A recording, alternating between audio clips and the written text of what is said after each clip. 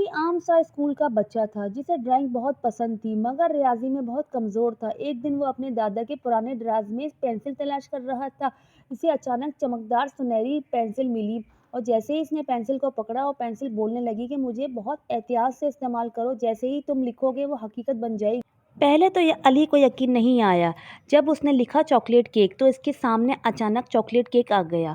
پھر اس نے لکھا نئی سائیکل تو پلک جھپکتے ہی اس کے سامنے نئی سائیکل آ گئی۔ علی بے حد خوش ہو رہا تھا۔ اس نے اپنے لیے ہر چیز لکھنا شروع کر دی، اچھے کھلونے، بہترین کپڑے، یہاں تک کہ امتحان کے بہترین نمبر۔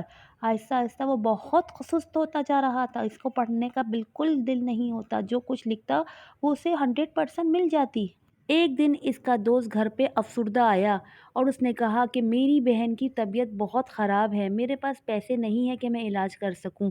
علی نے پینسل کا استعمال کیا اور پینسل سے لکھا احمد کی بہن ٹھیک ہو جائے۔ اگلے ہی دن احمد دوڑتا ہوا آیا خوشیوں کی آنسوں کے ساتھ اور اس نے بتایا کہ ڈاکٹر صاحب نے کہا ہے کہ یہ کسی معجزے سے کم نہیں۔ علی نے خوشی محسوس کی اور جو یہ پہلے کبھی نہیں محسوس کی تھی۔ تب اس نے احساس ہوا کہ پینسل کا غلط استعمال اسے سست بنا رہا ہے مگر اسے دوسروں کی مدد کرنے کے لیے استعمال حقیقی خوشی دیتا ہے۔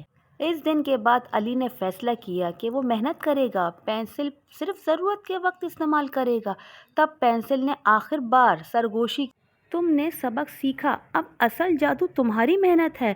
اس کے بعد پینسل نے بولنا بند کر دیا مگر علی ایک سمجھدار لڑکا بن چکا تھا۔ اب علی نیک اور اچھا بچہ بن چکا تھا۔